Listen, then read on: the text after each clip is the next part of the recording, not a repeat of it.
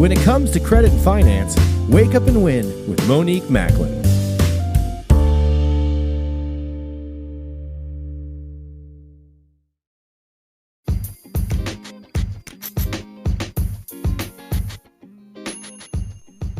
Hello, and welcome to Wake Up and Win with Monique Macklin.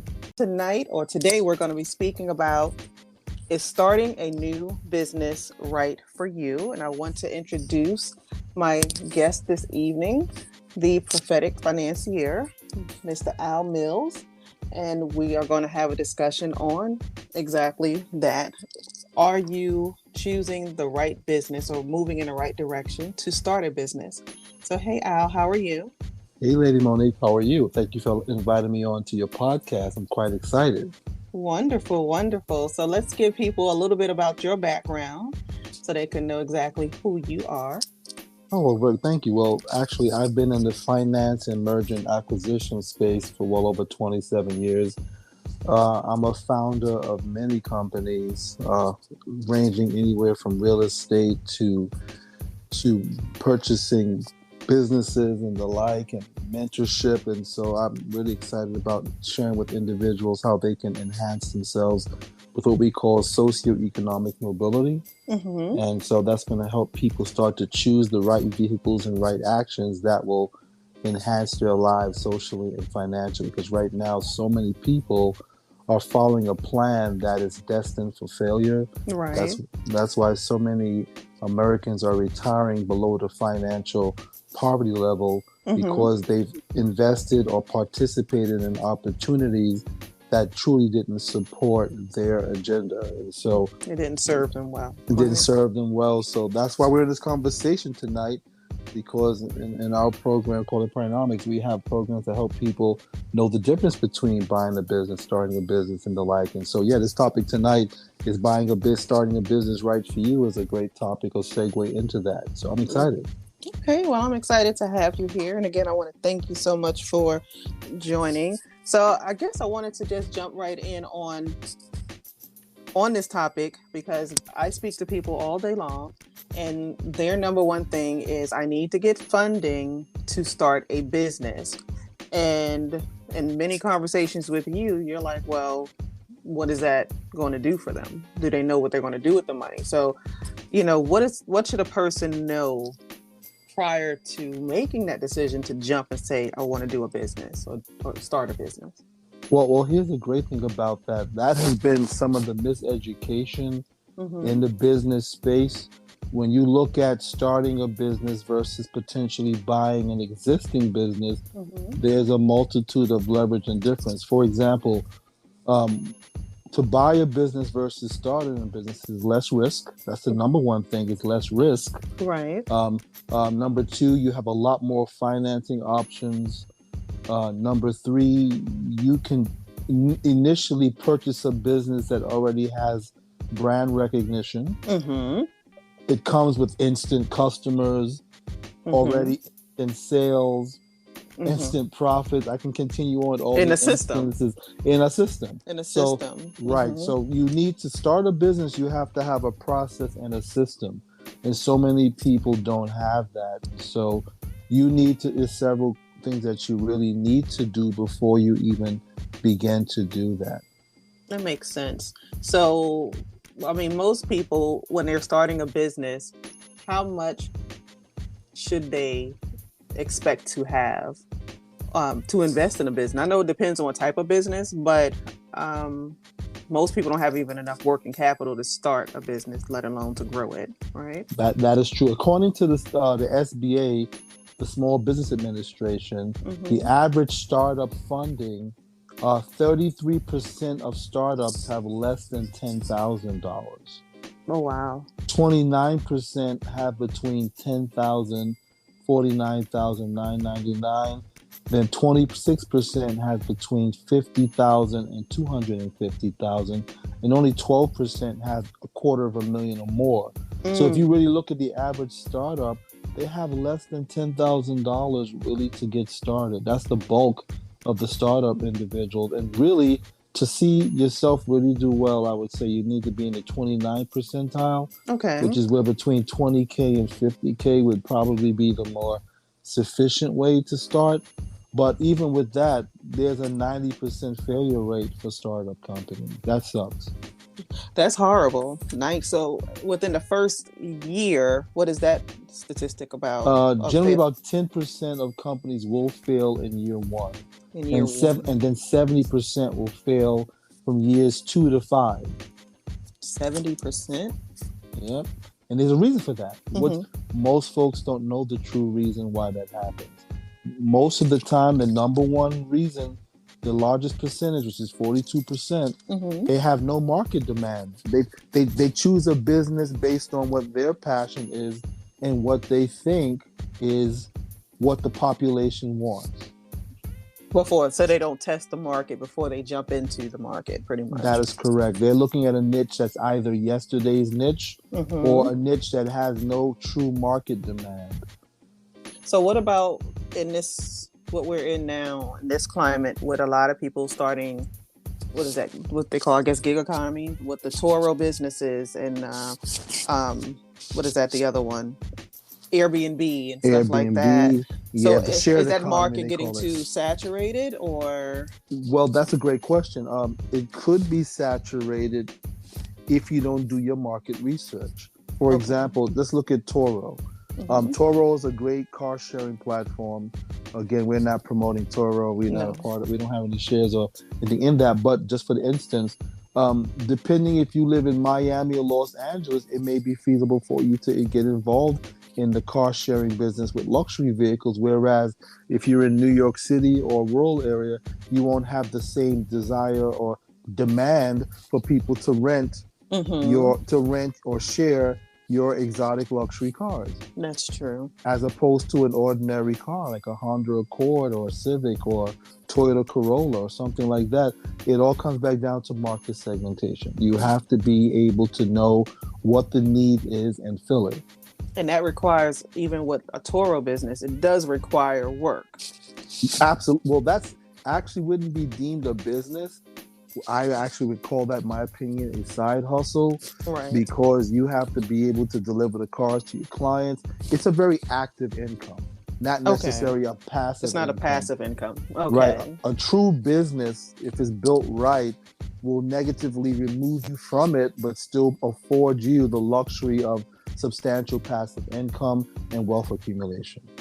And so a lot of what you have taught me is the goal is to work the business, not work in the business, because the goal Absolutely. is to get freedom, money freedom, but mostly time freedom. There you go. Time freedom is really what we want to pursue. Money happens naturally when you solve a problem. Right. So if you want to be successful in any venture, become passionate about solving problems as opposed to widgets, gadgets, and sizzle products. Right. Exactly. So what about this? Because I know you work extensively in the real estate market as well. That's So correct. it's a lot of people jumping into the wholesale business or selling courses in real estate and in the wholesale business. But even in this climate where, what are we in, a seller's market still? We're still in the seller's We're market. still in the Yes. seller's market. So does a wholesale business really benefit someone in a seller's market? Well, without specialized knowledge, no, because in the traditional wholesale model, you're looking for a motivated seller who's willing to sell at a substantial discount in order for you to create a spread to assign it to a cash buyer. So unless you have specialized knowledge where you can maybe sell or wholesale a property at market or a little bit below market, requires specialized knowledge. And most of the time, the programs that are out there are not teaching you the negotiable skills to be able to do that. See, in down markets, anyone can wholesale because the multitude of people were in foreclosure or facing some type of crisis. Whereas, as it's been the last 9 to 12 months, it's been pretty much a seller's market, and there hasn't been any foreclosures due to the moratoriums and the COVID restrictions. So, a wholesaler now, you're going to be competing with all of those recent graduates from the guru trainings all competing for the same deals. This is right, exactly. So you'll wind up paying more than you should be paying for it anyway. So it's Correct. pretty much like, I guess, the stock market or crypto. You buy in the down market, right? That's correct. In real estate, there's four cycles. There's the boom, Mm-hmm. there's the flat line where prices stay consistent, Mm-hmm. and then there's the crash, and then Mm-hmm. there's called the transitional period where at the Starts to very rebound. bottom, and Okay. that's where most profitable investors buy is in the transitional period, Okay. and then sell on the next boom market. Wow. Okay, I got you. I like that. Hmm. So, Airbnb, what is the benefit of doing that? And I know that you don't need to own property in order to do Airbnb. Correct, with specialized knowledge. Once again, if you know that you can control an apartment or a home as long as the seller is aware of it or the tenant, the landlord is aware of it, you could use proper leverage to create a passive income for yourself in that particular model. But once again, you have to have specificity in knowing the right market to get involved in, what Mm-hmm. the average daily rates are that you should be charging, and you have to work in reverse to really know how to figure that out. But yes, once again, is that a passive business? No, that's Or is work. it somewhat active? It's Yeah. still active Mm-hmm. until Because you have enough of a portfolio where you can hire a manager to do it. to manage the properties. Okay. Yes. To manage the properties. All right. So I was going to ask, with that being said, I know, is it smarter to get properties or to do Airbnb as opposed to getting tenants on Well, property? I'm always going to have the adage, my mentors, I'm from the old school that, cash flow, in my opinion, is king. Mm-hmm. Credit is queen, but Mm-hmm. ultimate leverage is God, in the sense where if you learn how to acquire income producing assets, which we call wealth pairs, you will be able to get passive income from here to eternity, and you could leave it on to your heirs thereafter. So I'm going to always say, if I had the choice between Airbnb or a contractual wealth relationship, meaning having a tenant pay me rent, I would always defer to getting a contractual income versus a seasonal income in an Airbnb model. Got you. I like that. And a wealth pair, that's assets. Just to explain that to people, that's a Oh, little bit. sure. Oh, sure. Well, a wealth pair is nothing more than an asset coupled with positive and neutral leverage. And Mm-hmm. the difference between that is arbitrage. So, what does that mean in layman terms? It Mm-hmm. means you find a cash flowing asset, maybe real estate, a business, or anything of the like. And then leverage is basically borrowed money.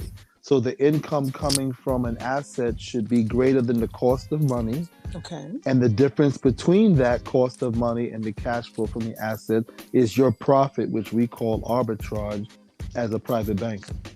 Okay. Makes sense to me. So I guess my thinking on this right now is, I know we're asking the question, is it smart for me to start a new business? What should a person be outlining before they decide to say, I want to start X, Y, and Z business? I want to start a beauty salon. I want to open up a barbershop, or um, whatever they're looking at doing. I want to open up a restaurant. What should they do first before anything, before any loans, before anything else? What should they be doing first? I would say the very first thing, top three things one should be doing is number one, as I mentioned, 42% of businesses fail because they have no market demand. So I would say the very first thing you want to do is make sure that whatever business you are considering to start, Mm-hmm. if that's where you want to be, it needs to have market demand. That means it needs to be a large enough customer base who has a problem that your product or service will solve a problem. The Okay. second thing is you need to determine the amount of capital that you're going to need to fund the launching of your business, the marketing, and the like, because that's the second largest thing why businesses fail. 29% of businesses fail because they run out of money. So Right. not necessarily do you need startup money, but you need to have what is called working capital that will carry you over until you begin to get that monthly residual income coming in from your business. Okay. But number three, which I think is the biggest, even though it's only 23% of not having the right team, you need to couple yourself with someone who's very successful at doing what you're trying to do and has accomplished the thing that you desire to accomplish. And it's important to build a team. You should not be the smartest person in your circle. You should surround yourself with wise men. As you know, scripture says that a wise man or woman keeps wise counsel. So before you launch your business, you should look to get wise counsel. May it be a board of directorship for your potential company or a mentor, someone who can guide you and navigate you in being able to do this due diligence in market, to find the market segmentation, and to kind of help you evaluate how much capital is needed. Okay.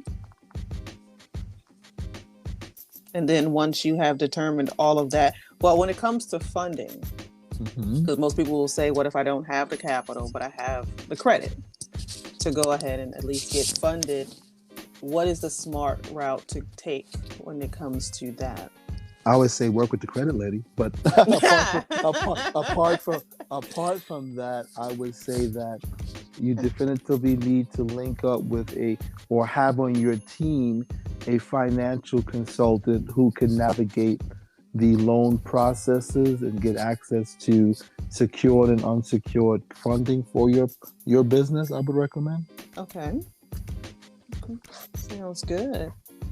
So what, I guess in closing, because I know we want to keep it short and we're going to do some more of these sessions in the future, because next, I want to speak on getting a mentor. What is the benefits of having a mentor, how to find the right mentor. So those are the things I want to talk with you about in future episodes. Sure. But in closing on this, what would you give someone who is really eager and wanting to start their own business? Let me ask you this. Do you recommend not just buying a business or buying into a business, or maybe just, as I mentioned, like that thing I'm putting together, is that something you would recommend, partnering with a company and then growing from that as well? Absolutely. If you're not sure if a market demand or whatever, then team up with someone who's already in business and grow together as an investor, or get the adequate education and mentorship that can springboard that.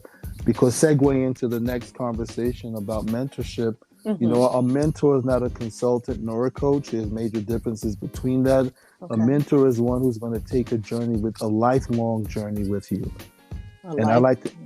Lifelong journey. I like to use that word mentor, if you understand what that means. Or means natural resources. And so a mentor will challenge your thinking and give you direction. You won't learn from his skill set, you'll learn from the mistakes a mentor made, so you can avoid them and get to your destination a lot sooner. So I would say get connected, get good education before you put an investment together.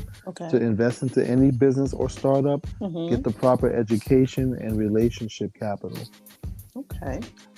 Well, I like that, and I appreciate all of that from you this evening.